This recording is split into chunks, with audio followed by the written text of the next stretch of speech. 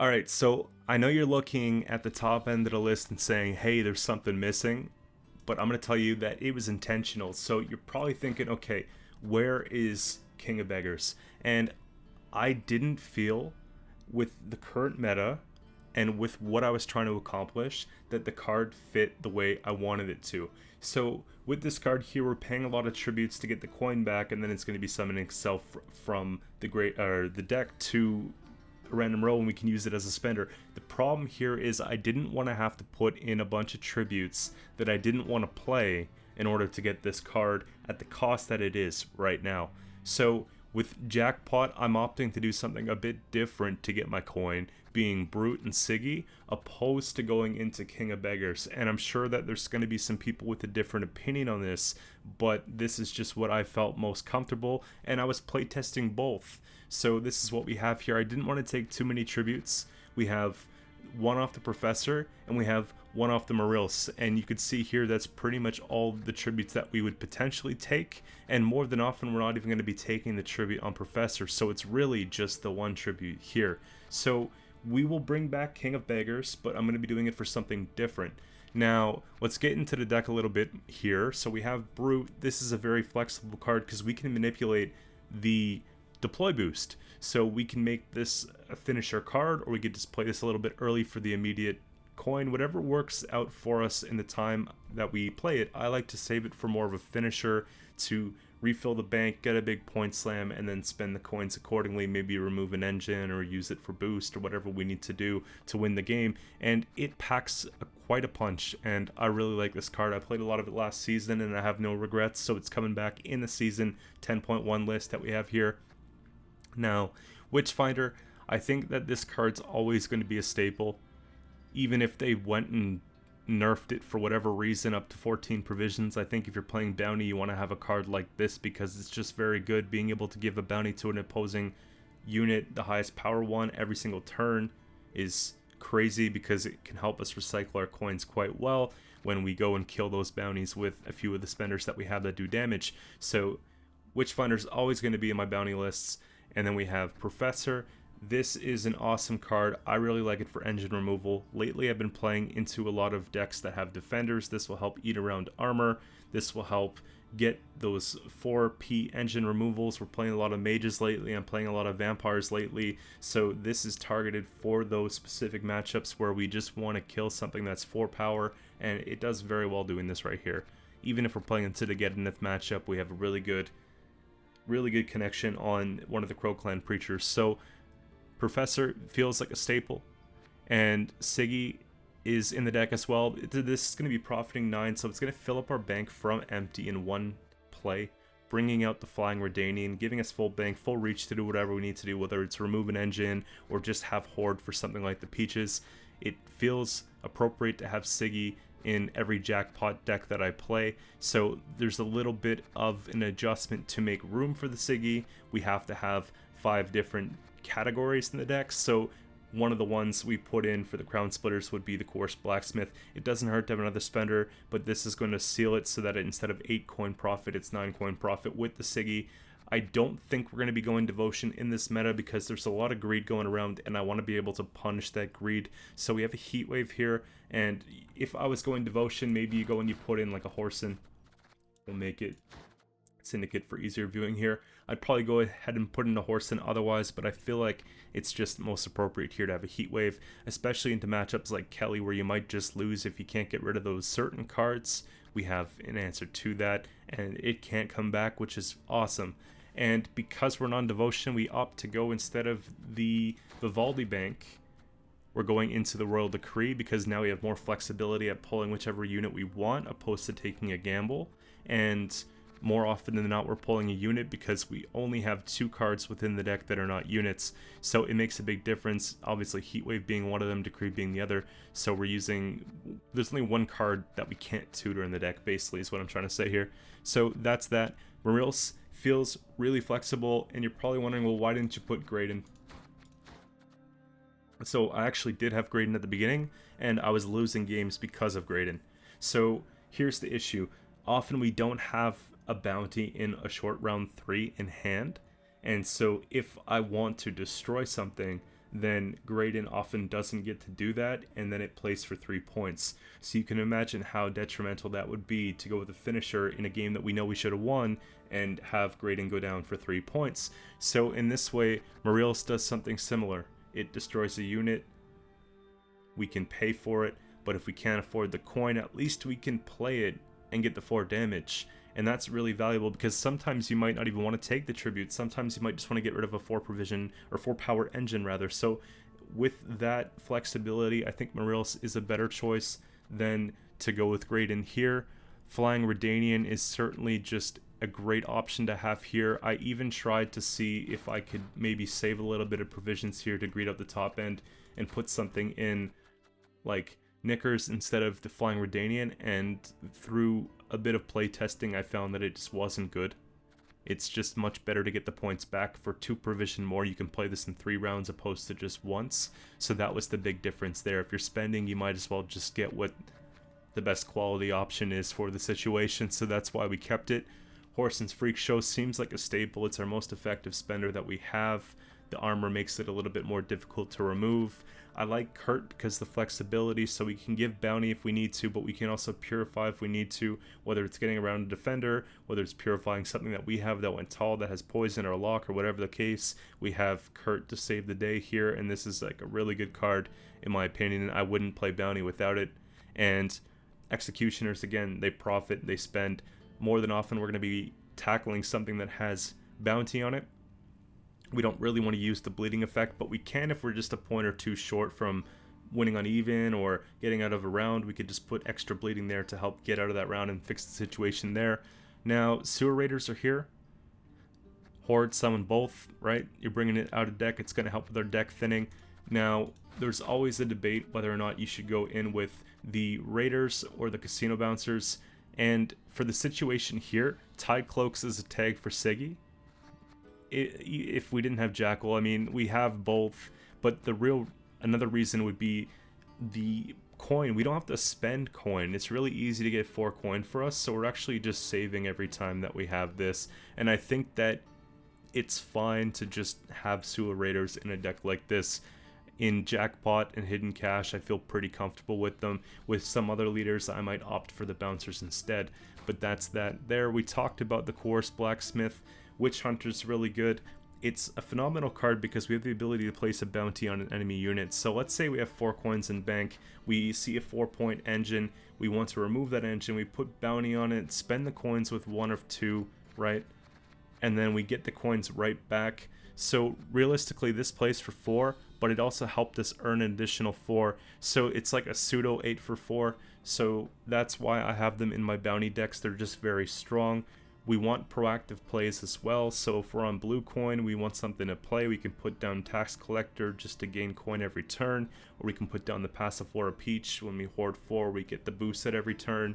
It works really well with the Tiger's Eye stratagem because it immediately puts us over the hoard counts for the 2, so there's no bricks if we're playing these cards into round 1 and we're going first. And because we're non-devotion, I went with the Beggars here.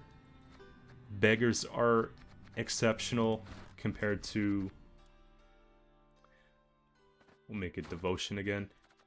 In devotion lists, I'll often opt to go for the Mutants Makers, but I just feel like in non-devotion especially, the Beggars have like a bigger ceiling, and obviously you can't play a card like this because it relies on devotion. So huge difference between those. And again, I was playing this for the better part of the day so far. Been messing around with different versions for the last 4 or 5 hours, and this one feels the most consistent. I feel like I have the most control. The only issue that you're going to run into sometimes is you need a spender and you don't have a spender, or you maybe pull into a hand brick. So you have to be careful that you don't brick things like the Sewer Raiders in hand or pull into the Redanian. Those are really important things there.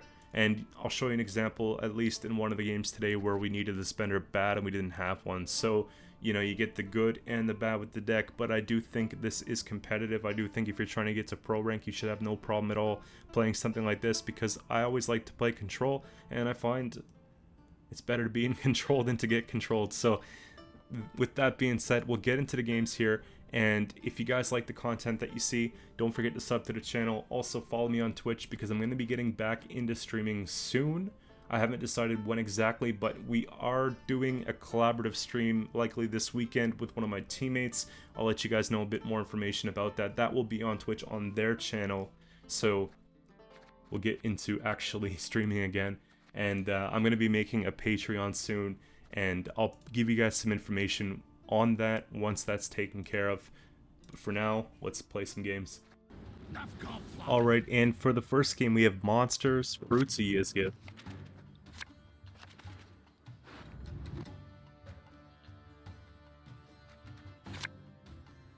I never really want to play Brute round 1. We mulligan back the brick here. And I want a round 1 that we can kind of go a little bit deep in if it means trying to not lose on even, so that's fine, I guess. We'll need Form Z6 CD1265X for that.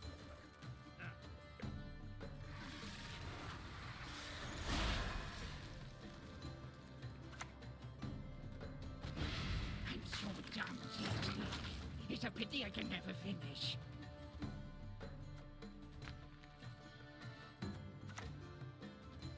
Any diamonds for little old me? So we might as well turn the engine on for points. I think that's fine. And then we want to get the second tax collector online just to start getting our coin out for the boat and then getting the extra boost every turn.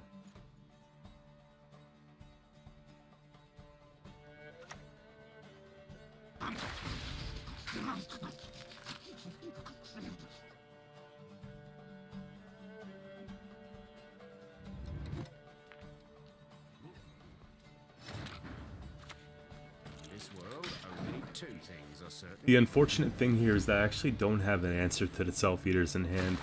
It gets pretty awkward for us here. We could take a late Professor on the 3 on the right side melee, but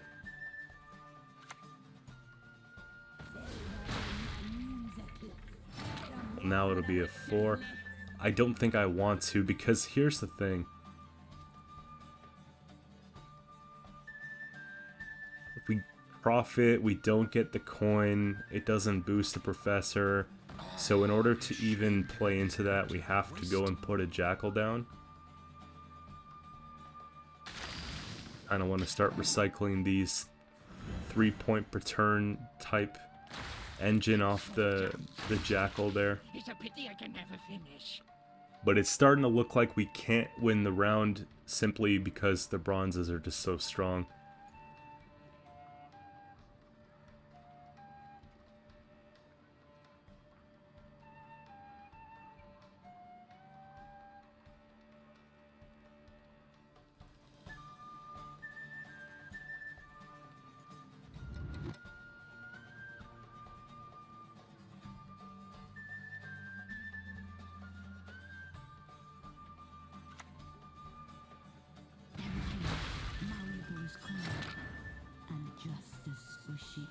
Just massive points.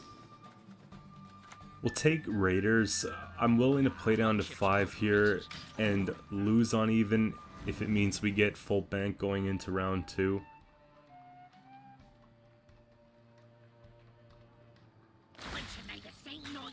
I just feel a lot more comfortable defending a bleed with this deck than just wasting everything we've got here to get ahead.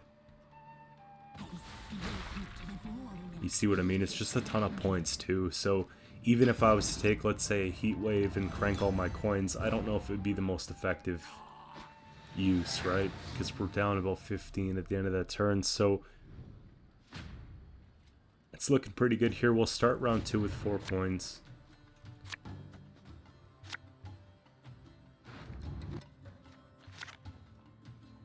And we don't need that much bounty, but we probably want a second spender just in case. Mist and Siggy, Brute.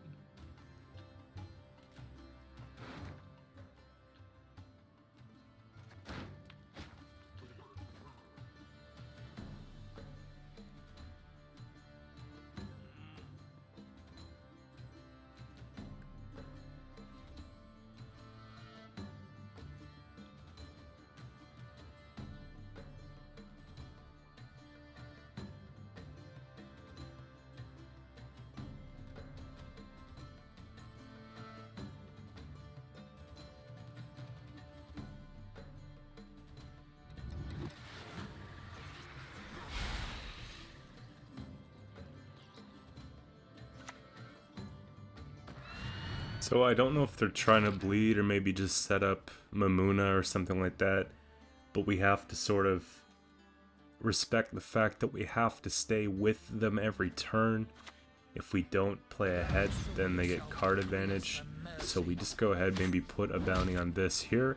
We can finish the kill with one of the 5Ps, right? We can just go ahead, play that, spend our coin, and just get all our coin back.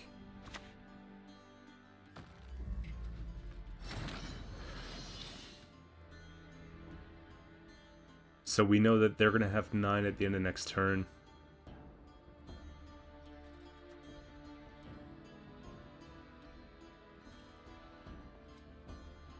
Kind of an awkward spot, because if I kill it, I overprofit.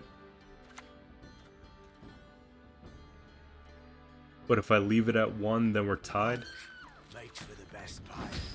So I actually have to kill it, which is one of the disadvantages of obviously losing the first round. So I'm trying to decide there, but I think it's probably the best way to go about it.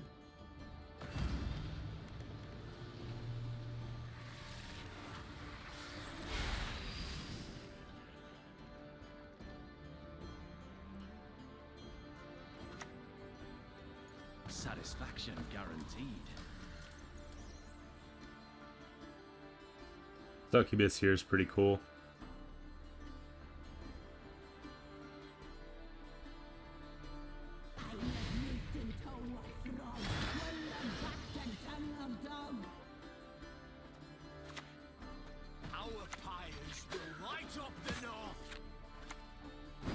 Gonna go for something I can afford.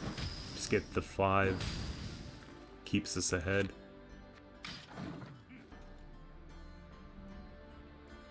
Now, I'd like to be able to preserve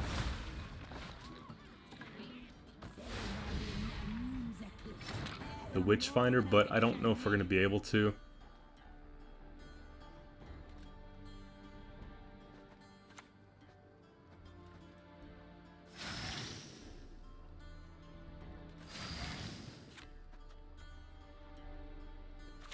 We'll use our points more offensively just in case they have Tall Punish or anything of that sort. I don't really want to play into any sort of control.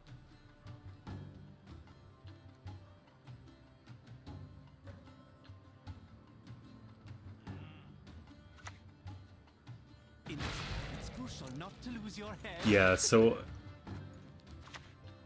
I think if we don't get this started here, then we're going to get stuck. I'm just trying to decide if I would care to spend the coin. I don't think it matters either way. It's the same thing. If they pass, we win. So even if we spend a couple on bleeding and get them back, it's fine. At least we have more flexibility this way if we leave them on the board.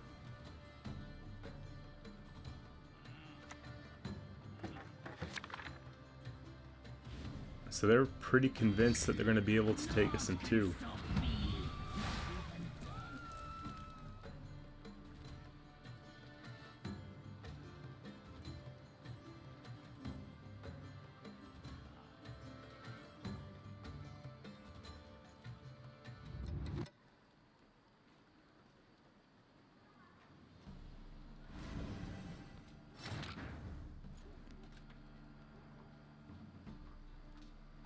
They did lose 2 points. Maybe they roped when they were trying to take it. I'm not sure. That works quite well. I don't think it would have changed much.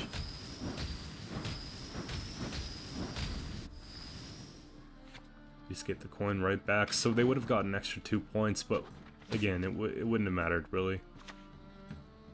Blueberries, blueberries. And we have pretty good reach too with just removing this here.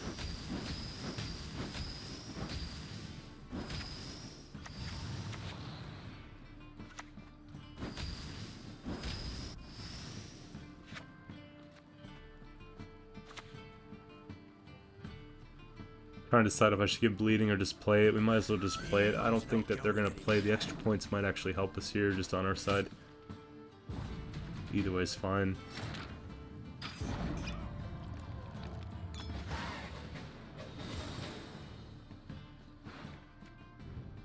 So we actually got out of the round pretty fairly. We have good removal and some good points here. We didn't spend leader.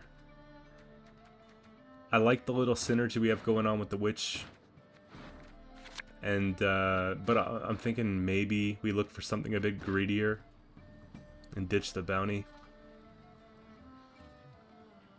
Kinda want Siggy and Brute. That's no good.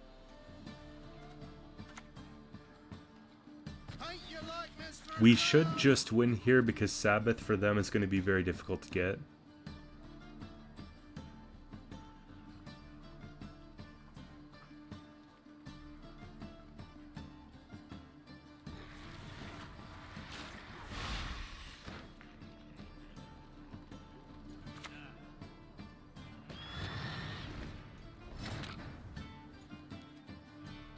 If I was to go back and redo this play here, I know they're running Megascopes, so I should have actually taken the Marils on the Griffin, but I don't believe that we end up doing that.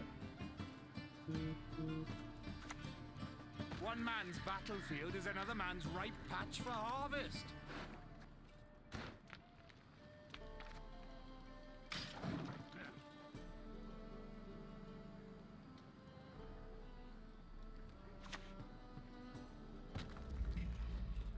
And surely we get punished for it, so...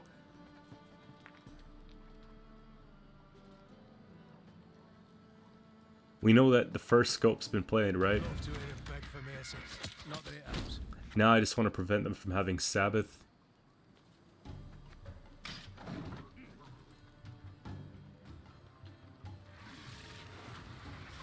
But if we put all our coin into the Jackal... Yeah, 18 doesn't even give them the Sabbath. So we just play Siggy here and crank twice. We should just be fine.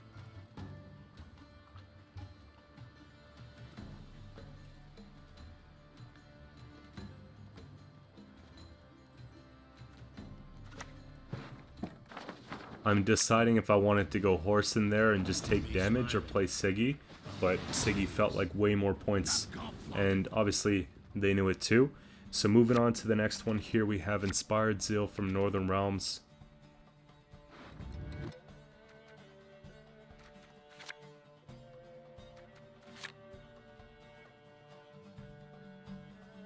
Always got to tuck back the boat.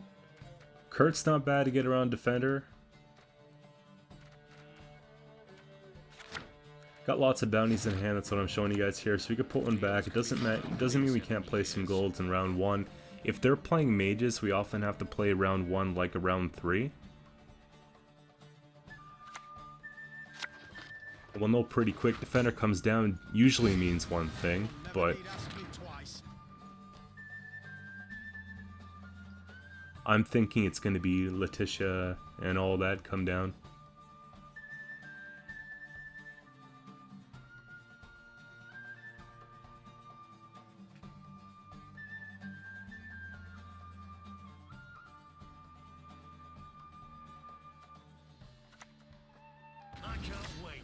Kind of slows our roll here because I want to prepare for these types of things, but we also want to get down the tax collector, so I'm not pleased with it, but I feel like if we don't treat the defender, then whatever else is behind it could get order and it could just be a mess for us, so we have to deal with that. I don't have anything to do for the Marine, which is super bad. We're just going to have to let that stick. I'm hoping that they boost something that's worth heat waving anyways, which then could make it a better heat wave for us. And it's commandos. I wasn't expecting commandos. It's been so long since I played against them.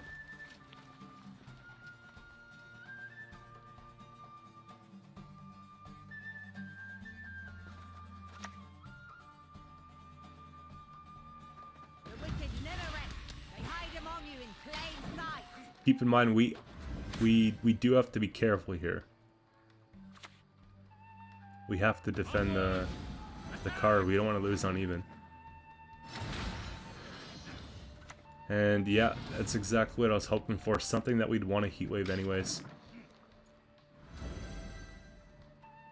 And if we kill that defender, the coin comes right back. Non-humans. Oak makes for the best buyers. And we do play around a boiling oil because we played it with full banks, so it definitely helps there. And I'm opting for points, so I go ahead and click so that the collectors just boost themselves. It'll give us more leeway if we're trying to get out of the round.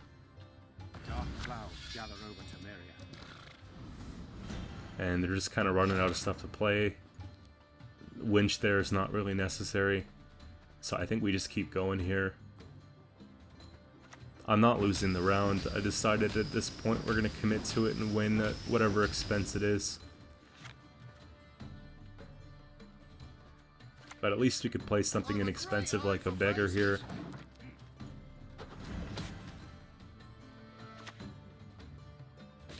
It's kind of nice. We could still take care of that card. It's not maybe a rush though, because we do have the thin that we could take. And that'll actually give us quite a big swing here. Putting us over 50 points. We know they played Amphibious as well, so that probably would have been a pass. And I feel like we're in control of the situation because if they're doing double commandos, they're going to have to put them back in deck before they can play them. So I'd like to see some commitments from them in round 2. I know I'm missing a lot of gold cards here, so if I can trade for something, then that would just be great.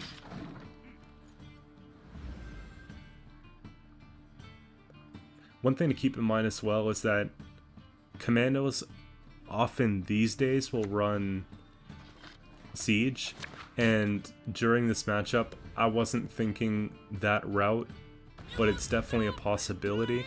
So playing Peaches on melee might have been the better choice here. I think Siggy for both down and the boost is actually pretty good, because this sort of sets the pace here. Either it gets out the commandos, or in this event gets out siege.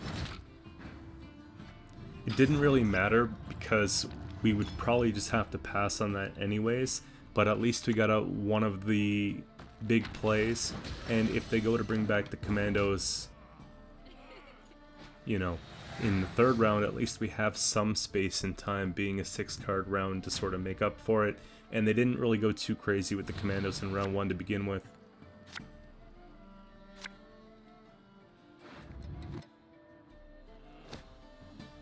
Whoops, that was actually me hitting the keyboard by an accident. I'm missing a lot. So bounty kill, engine. Peach can get answered by a boiling if they have it. Jackal's not really going to do a whole lot for us here. We kind of want to just answer some of these engines and stuff. This is where it gets kind of ugly.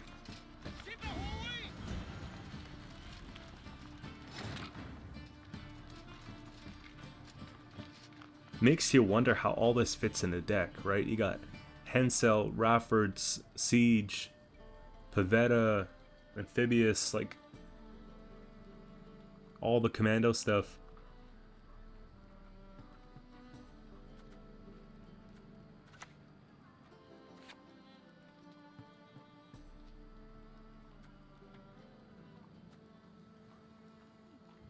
I need coin, I need to answer the Raffords, I need to get an engine online. It's a very bad position to be in,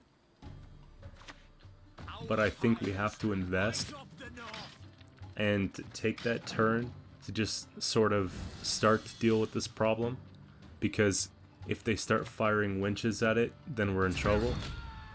And I'm really glad that we took. So Obviously there's a lot of cards I want to play, but I think the right play is to take care of this problem here.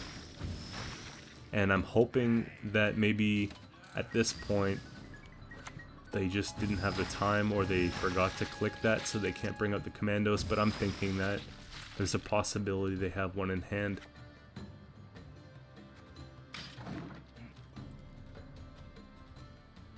And next we gotta get that peach down, like, ASAP.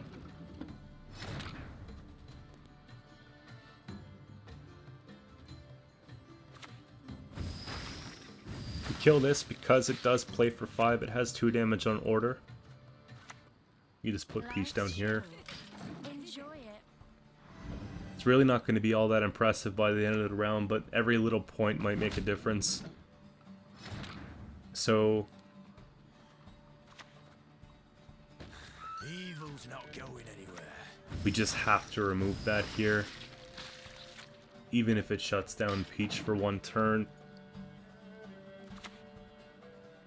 If you could just sign the confirmation of receipt. Brother Force, I punch. Decided to go with the brute. Just so we have the coin. Nice mess you've got Just so I can have a look at what's going on here. And it should be enough to win. On that, we find ourselves in agreement. It was looking really ugly in this game, but we managed to get it done.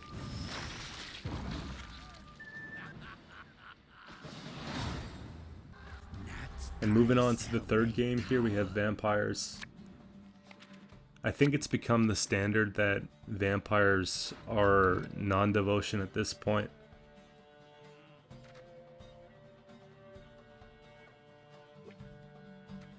The strategy that I've developed for this matchup is kind of similar to that of the mages matchup, where you kind of want to play round 1 like it's round 3 and play a lot of top heavy cards, some valuable cards that have more engine abilities than deploy ones, so that if they use Witch's Sabbath, it's bringing back some good cards.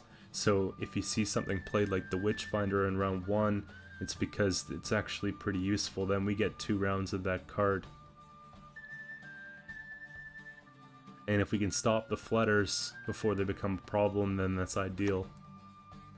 And yeah, it's the same old thing here with the defender coming down first.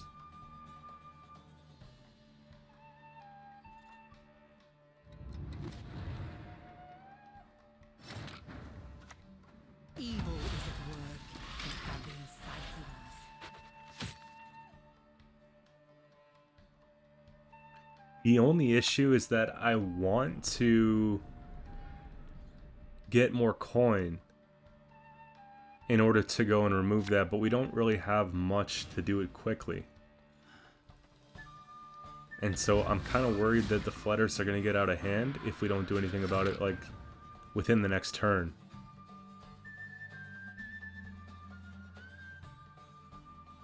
So I'm trying to decide here, would the leader and the 3 crowns be enough, plus the decree into Freak Show? Or do we try and get a couple more coin first with something like a tax collector or beggar?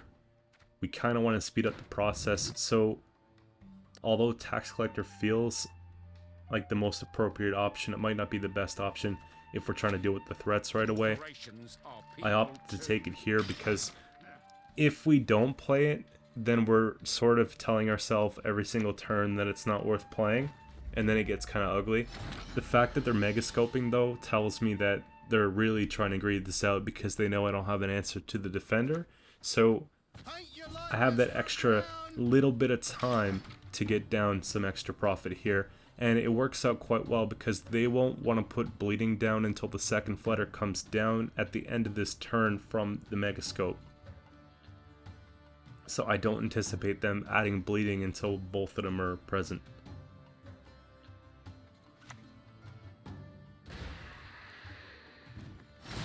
And with that, I believe that we should be able to get rid of 2 of them. Just sucks having to go through the armor first.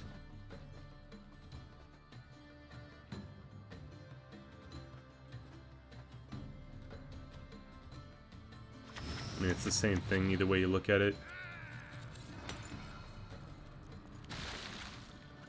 We take a boost because we're going to overprofit anyways.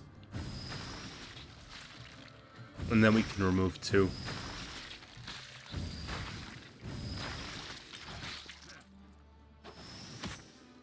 So that does help, but it was very expensive. And we pretty much used everything, and it was our one chance. Now, going back on the back row, we don't really have that spender anymore.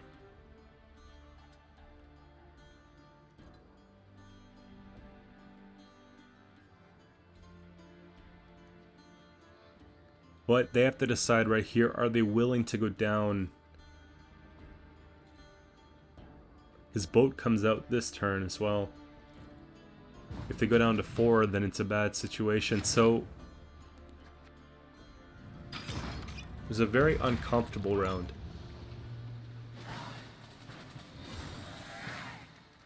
But I think it's one of those things that we have to maintain control where this game's going in order to win it.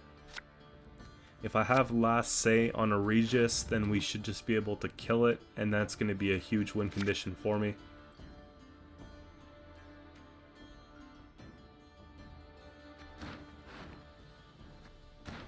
Just kind of looking at what our deck has. I decide if we want to put down a bunch of bronzes, it wouldn't be bad. We have no reason not to play here. We can put down Peach and just kind of go out with the thins and just play a bunch of bronze cards and see if we can get some gold cards, or at least get the Witch's Sabbath out of the way first.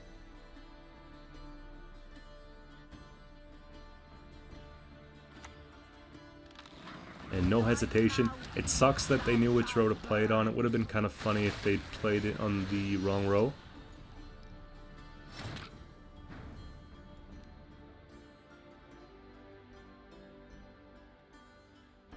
So there's 2 thought processes that were in mind. One of them was to try and win.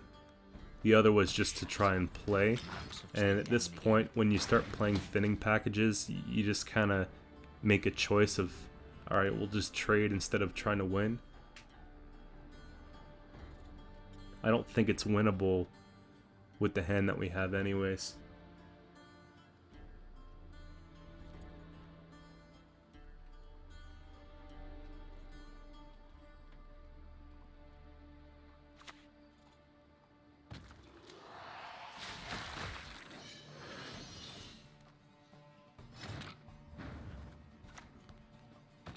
So if you see me just dumping cards here, it's for obvious reasons. We don't really want to waste coin. We want to get that as carryover. We want to stay in the round for as long as we can until they know that they can hero pass and still win the game, or win the round that way. The job's a job. So that should buy us maybe 1 or 2 more turns. I might go and recycle the coin from a bounty off the Neckarat, just so that we can stay competitive here.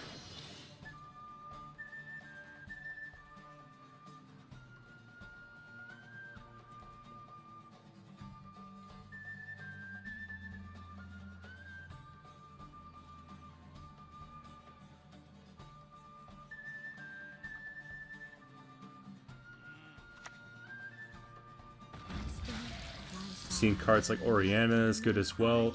I want to see another gold or 2, really. But we are down about 20 points. They don't know what we have. They might think that we're running the whole King of Beggars combo, which is actually a plus for us. And I think most opponents you're going to be playing are going to think that you're running that combo. So the fact that it's not there and they're sort of preparing and saving removal for that, it's pretty good for us.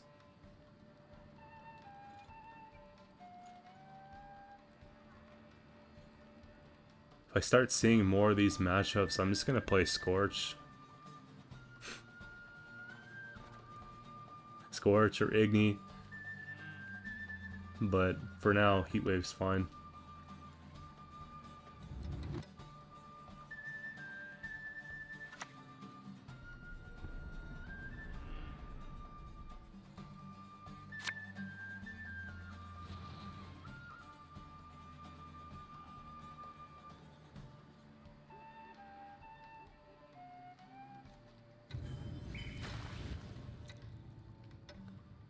That's not really a big deal. I think we have one more turn here that we can push.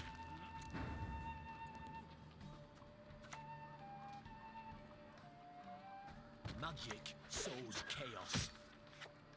But we have to take this to give the impression that we're still well in it.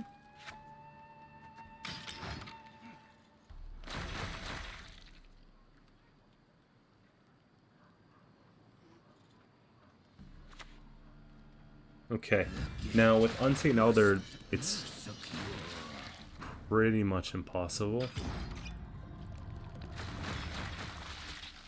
Yeah, that just cleans up. We don't want to deal with that.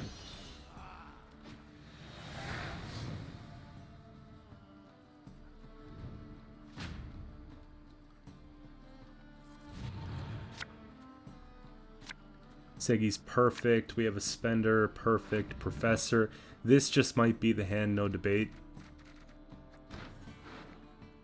Heatwave's always great, but I don't think that I can afford to risk it, because if we put back Jackal and we lose spender, we could be in big trouble.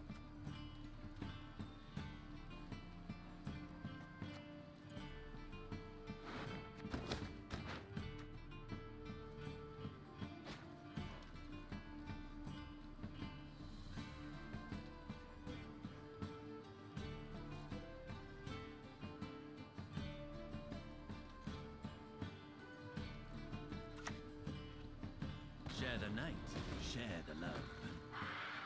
I was hoping that I could take a Professor here, but obviously they want to go and use a leader charge, so it kind of takes it out of reach. It might not be the best Mariels either, so I have to sort of hold off and figure that out.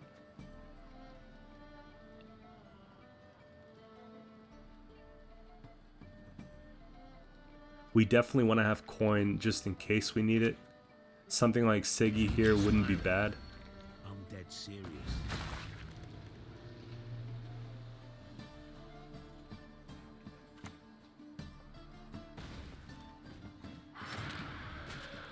It kind of shoots us in the foot though, because now I don't want to hit that. You see what I mean? Because if I take Professor, we're losing a lot of value, and I don't know for sure if they have anything that gives bleeding. That's the problem. They might be out. Seeing an Alp here. Okay.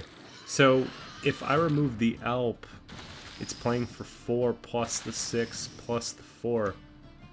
Don't trouble yourself with pleas for mercy.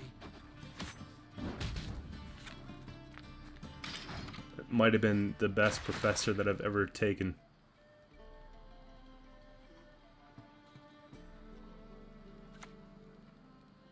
And then Regis just gets clapped. Seem to have waned not one bit. The eternal fire casts a long shadow. So last card must be Heatwave or something.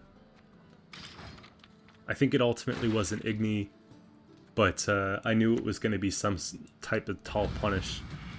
It doesn't really do anything here. We just slam that, get the coin, spend away. And that's how we figure out vampires. It's not a fun game to play, but there is a way to win. Now, going on to Pincer maneuver. One of you guys told me that I brought back mages. But I have noticed over the last couple days that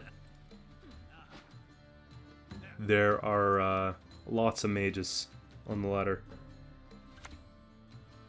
Did you see that? Anything alive would be dead now. Killer spell.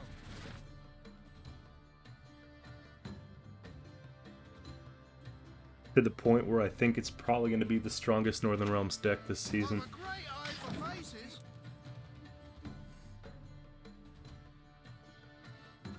The shield wall one from last season, I think, plays too hard into the tall punish that we have. Everybody's running multiple. This is just a tough break. I want to answer both of those immediately, but I don't think we can. Yeah, there's 3 of them too. 2 of them have shields. We're trading down on bounties because they're all boosted.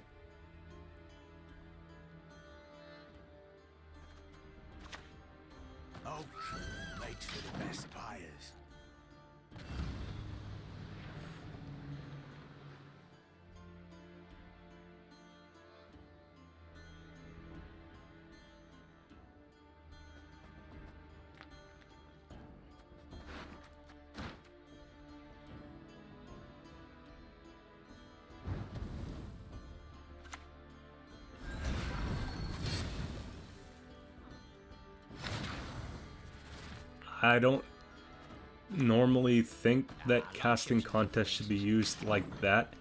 I think it should be saved for the end of round or an alumni, not one of the students necessarily, unless the order's huge, but we're early into the round right now, so both of them here. When I saw this, I felt pretty comfortable, because having played mages the other day, I realized how valuable the cards that they just spent were.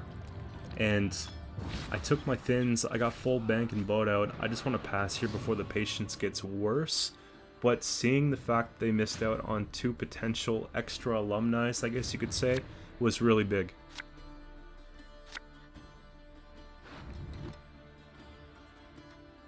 And we'll start the counter on how long it takes CDPR to fix the shield glitch on the board.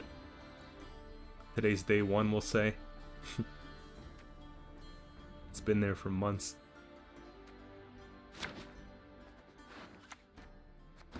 I don't know how much they want to bleed into the round, but I think that they have good enough alumni set up that I have to respect it.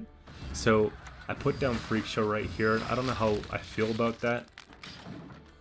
Obviously, it's not a very good spend. But if I let that live, then they get 2 charges on the Spellweaver and it goes crazy. So now I'm just thinking, okay, we'll play this for some coin carryover into round 3. We'll go from there. And this is where I run into a huge problem. So I'm expecting that we're going to be pulling into at least another spender. And you see the problem, right? Taking mulligans, looking for it. Okay, collector's alright, we're getting more coin, but we need a spender.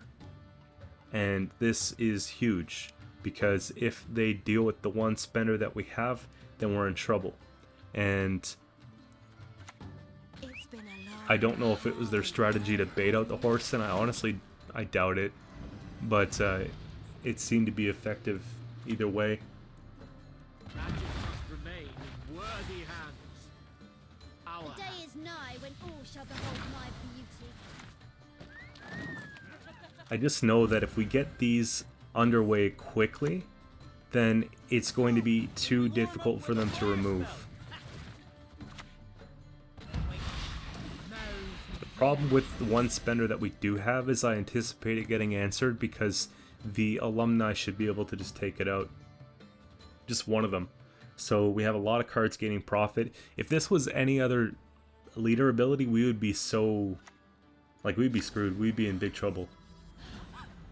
Rubbish in, rubbish out. Pass and forget. Now, patience of 1. It's 9 power and counting.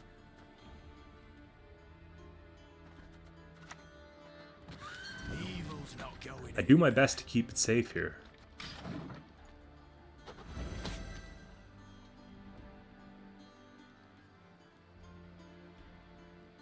We play around 5-point removal at least.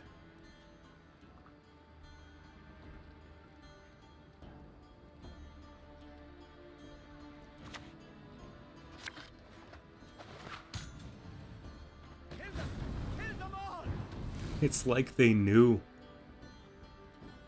And a little bit of a spoiler, because this game kind of bothered me. I thought we played it pretty well. And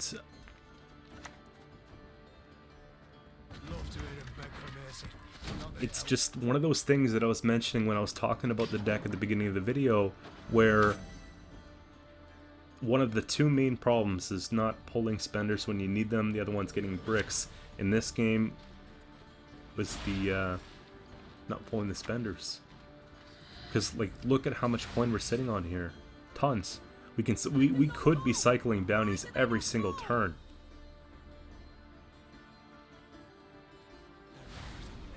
But we shall prevail. And a lot of these wouldn't, like, we'd be able to go through that alumni, we'd be able to get rid of everything here. So, yeah. I'm gonna heat wave that one, I think. I think we ended up taking that.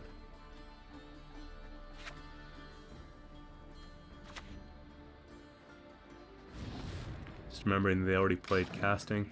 So we heat wave that because it has a shield, there's no way to get to it. The other one, it's still gonna stay, but at least it doesn't have a shield. My great-granddaughter will Die by your Let's side. keep replaying them here. Privilege and honor. So we have to adjust the strat. I know at this point there's no reason in bluffing it, we just have to maximize the amount of points that we do get off of what we slam.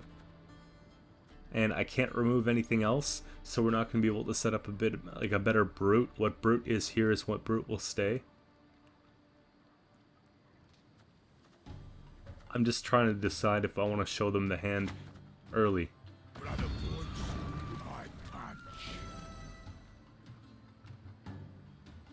I also want to decide if it's escape enter. Just kind of get some idea of where we're going with this. Is there a chance? Are we wasting our time? Seeing that play was actually pretty nice.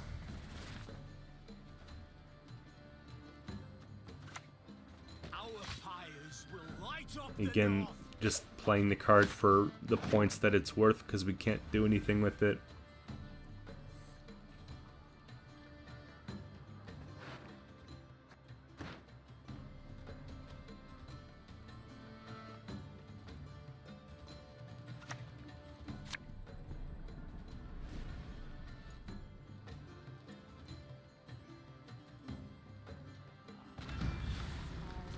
One Vort.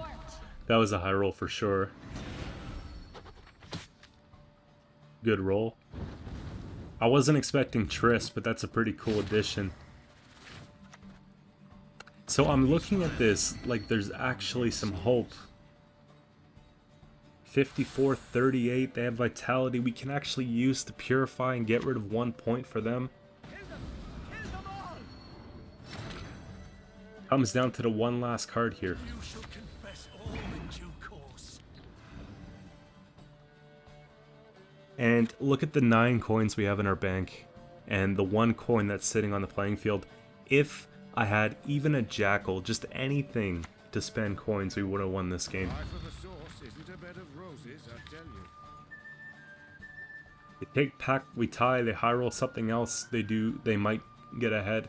I'm just looking at it that way, hoping that they choose pack. Sure enough, they're going for this here, and that just makes more sense.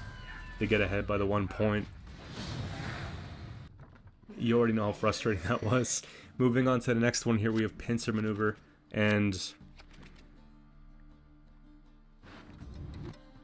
just another. I'm thinking, is it possible we queued the same person? But I think this deck's a little bit different. But this was the back-to-back game, and I'm just looking for revenge here.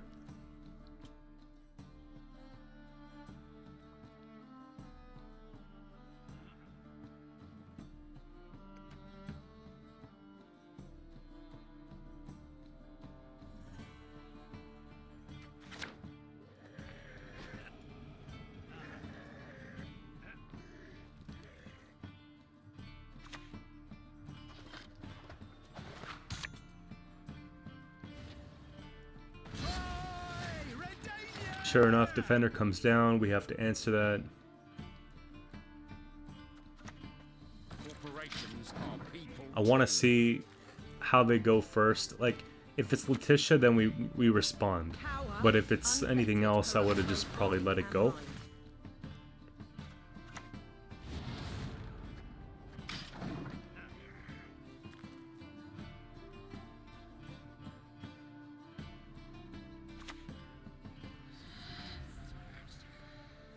We have to clear this board. It's not good. You've met your match, puppet.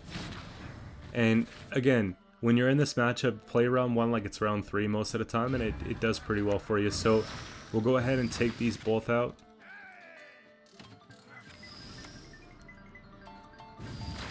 Sucks that we have to waste on the shield here, but go ahead, take Letitia here. At least we're starting to funnel back coin, and we have a couple cards in hand to help us get coin. I was not expecting Renew, which was just crazy, right? Renew onto the Letitia, that actually changes things quite a bit, but you know what? I'm thinking, alright, they're going for it with Renew. I'm going to keep pushing here. Take Professor, finish the kill, get the coin right back. One step closer to boat. And that'll just do it for the game. That's what I needed exactly after playing the one before where we lost by 1 point. And going into the last game of the day, this one was probably one of the harder games because I felt like it was Arnagod. But I didn't know what they'd have in the deck. So it makes it a little bit more difficult when you don't know what you're playing against.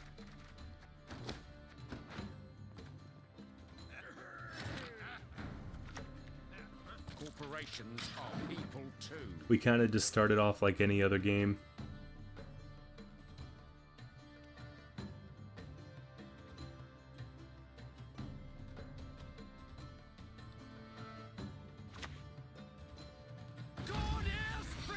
Dagger, leader.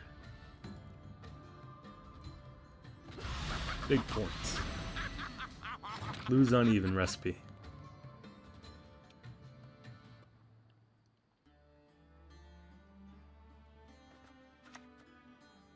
Better than paying taxes. We'll just keep. We'll keep Bloodthirst 2. I feel a little bit less threatened when it's BT2 instead of 3.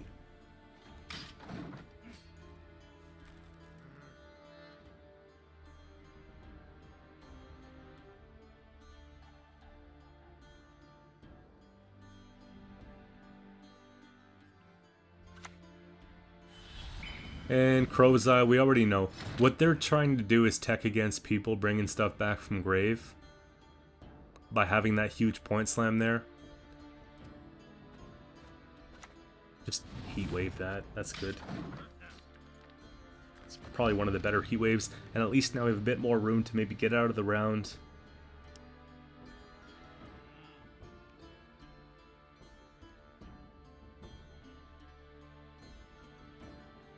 I'm feeling pretty good because we have full bank. And we didn't spend our leader on the first turn.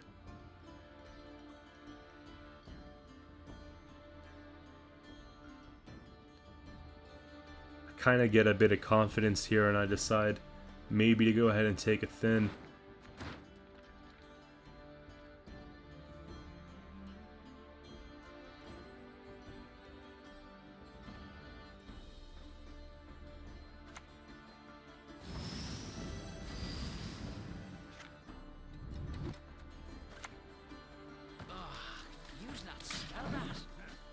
Is this way on a pass we go back up to 9 coin?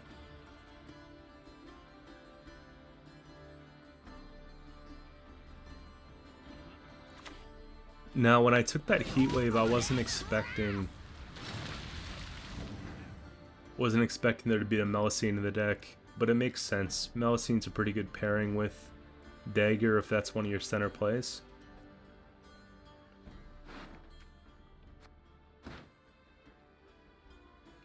We get caught here though because if we pass, we actually lose the round.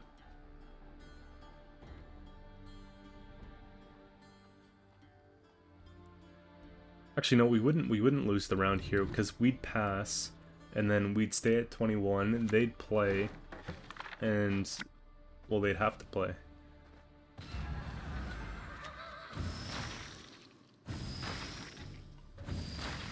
But I don't think we should hand it to them. We can spend a couple things because they went and spent leader. I think that's a fair trade. Melusine right now is not overly scary. And we have the ability to go put a bounty on that 3 and they're actually going to help us chip it down. So it makes a pretty big difference. Wasn't planning for that. That's a nice little tech. It got really good value there. So this could be a way out of the round. This could be also a nice little carryover for the next round. If they play into it one more turn to get the 6 coin off that. So I think they realize, okay, it's time to go.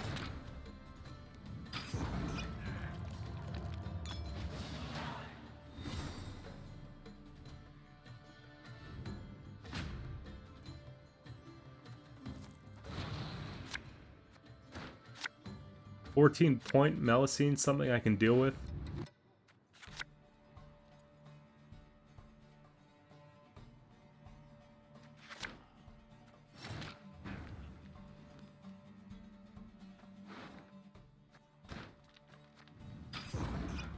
I don't think we can actually play into the round though, it's pretty bad. The time for blathering is past!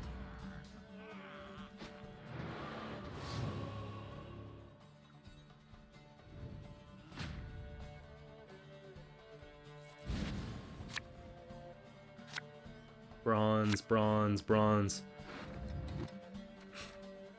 We need some good cards.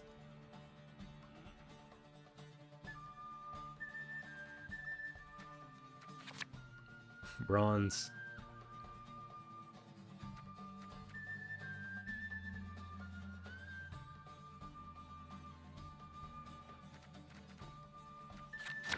Bronze.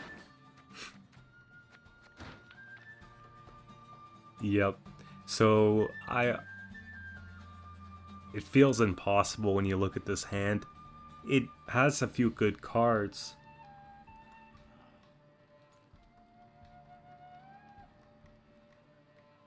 But if they drew well, considering they didn't really have to commit a lot to get to this point, they have quite a few golds left.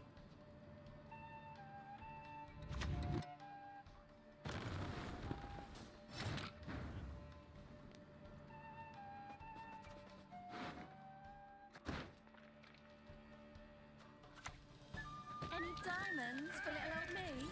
This makes sense. We get back out the boat. We could put down the 2 peaches because I think that if we're gonna win this game, they have to carry.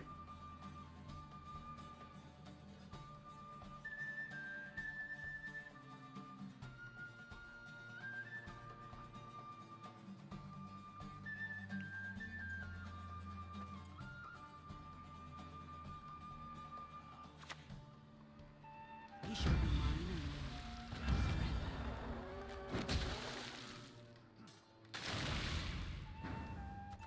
Now the plus side here is if they don't have a defender, we can go and we could take out Melusine. So I'm already planning for that. I'm thinking, alright, okay, they're putting all their play into this one big point slam.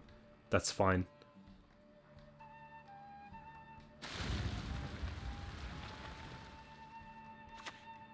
The goddess protect you from all evil. Dagger's pretty bad here because I kind of want to get rid of that.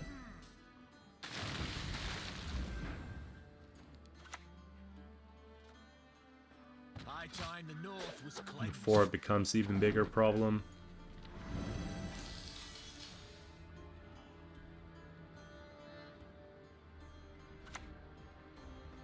And we're gonna let the boat die off so we can bring it back later potentially. And Supris, I should have expected this, I didn't. It really hurts because we put a bounty on the dagger, and if I was able to save that, we could have done a lot more with the second bounty, but because we only have access to one more bounty, we have to be really careful here because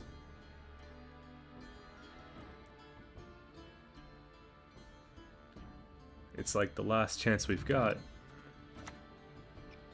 I only loot corpses. Now, I want to play a spender before an Arnagod comes down.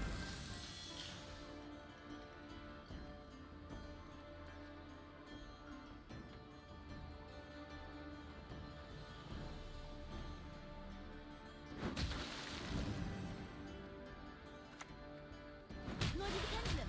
Much better at that.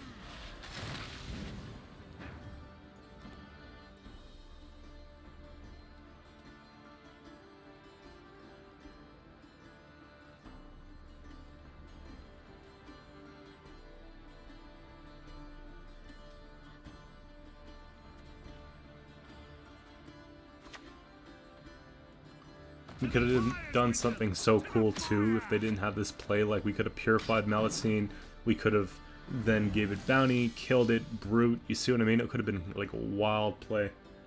But I think we have to focus on energy here on taking out the Sucrus. Just get that one dealt with, we can move on.